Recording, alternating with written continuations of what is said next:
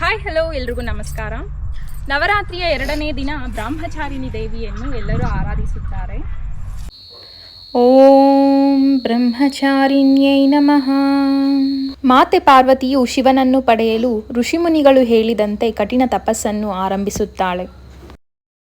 ಕನ್ಯೆಯಾದ ಈ ದೇವಿಯನ್ನು ಬ್ರಹ್ಮಚಾರಿಣಿ ಅವತಾರದಲ್ಲಿ ಪೂಜಿಸಲಾಗುತ್ತದೆ. ಯಾ ದೇವಿ ಸರ್ವಭೂತೇಷು ಬ್ರಹ್ಮಚಾರಿಣೀ ರೂಪೇಣ ಸಂಸ್ಥಿತಾ ನಮಸ್ತಸ್ಯೈ ನಮಸ್ತಸ್ಯೈ ನಮಸ್ತಸ್ಯೈ ನಮೋ ನಮಃ. ಬ್ರಹ್ಮಚಾರಿಣಿ ಪಾರ್ವತಿ ದೇವಿಯ 2ನೇ ಅವತಾರ. ಬ್ರಹ್ಮಚಾರಿಣಿ ಎಂದರೆ ಮದುವೆಯಾಗದ ಕನ್ಯೆ.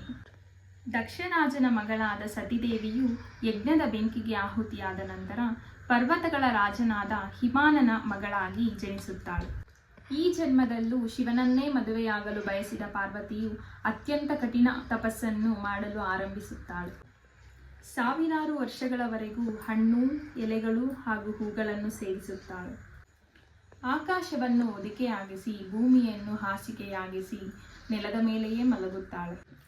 ಈ ಕಠಿಣ ತಪಸ್ಸಿಗೆ ಮೆಚ್ಚಿದ ಬ್ರಹ್ಮನು ಪ್ರತ್ಯಕ್ಷನಾಗಿ, ಯಾರೂ ಮಾಡದ ಕಠಿಣ ತಪಸ್ಸನ್ನು ನೀನು ಮಾಡಿದ್ದೀಯ ತಾಯಿ, ನಿನಗೆ ಶಿವನ ಮೇಲೆ ಇರುವ ಪ್ರೀತಿ ನಿಜವಾದದ್ದು, ಈ ಜನ್ಮದಲ್ಲಿಯೂ ಶಿವನನ್ನೇ ಪತಿಯಾಗಿ ಪಡೆಯುತ್ತೀಯಾ ಎಂದು ಆಶೀರ್ವಾದ ಮಾಡುತ್ತಾರೆ. ಹೀಗೆ ಕಠೋರ ತಪಸ್ಸು ಮಾಡಿದ ಪಾರ್ವತಿ ದೇವಿಯು ಬ್ರಹ್ಮಚಾರಿಣಿ ಎಂಬ ಹೆಸರನ್ನು ಪಡೆಯುತ್ತಾಳೆ. ಮುಂದೆ ಶಿವನು ಈಕೆಯನ್ನು ಪತ್ನಿಯಾಗಿ ಸ್ವೀಕರಿಸುತ್ತಾನೆ. ತಪಸ್ಸಿನ ಶಕ್ತಿಯ ಸಂಕೇತವೆಂದು ಕೂಡ ಪರಿಗಣಿಸಲಾಗುತ್ತದೆ.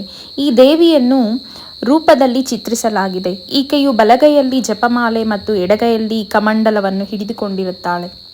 ಹಸಿರು ನವರಾತ್ರಿಯ ಸಮಯದಲ್ಲಿ ಧರಿಸಲು ಮತ್ತು ಆಚರಿಸಲು ಸುಂದರವಾದ ನವರಾತ್ರಿ ಬಣ್ಣವಾಗಿದೆ. ಇದು ಹೊಸ ಆರಂಭ, ಬೆಳವಣಿಗೆ ಮತ್ತು ಫಲವತ್ತತೆಯನ್ನು ಸಂಕೇತಿಸುತ್ತದೆ. ನವರಾತ್ರಿಯ 2ನೇ ದಿನದ ಬ್ರಹ್ಮಚಾರಿಣಿ ದೇವಿಯ ವಿಶೇಷತೆಯನ್ನು ನಿಮ್ಮ ಜೊತೆ ಎಲ್ಲ ಶೇರ್ ಮಾಡಿಕೊಂಡು ತುಂಬಾ ಖುಷಿಯಾಯಿತು. ಯಾರೆಲ್ಲ ನನ್ನ ಚಾನಲ್ಗೆ ಇನ್ನೂ ಸಬ್ಸ್ಕ್ರೈಬ್ ಮಾಡ್ಕೊಂಡಿಲ್ಲ, ಪ್ಲೀಸ್ ಬೇಗ ಹೋಗಿ ಸಬ್ಸ್ಕ್ರೈಬ್ ಮಾಡ್ಕೊಳ್ಳಿ. ಯಾರಿಗೆಲ್ಲ ಈ ವಿಡಿಯೋ ಇಷ್ಟ ಆಯಿತು ಪ್ಲೀಸ್ ಲೈಕ್ ಮಾಡಿ, ಶೇರ್ ಮಾಡಿ. Thank you so much for watching.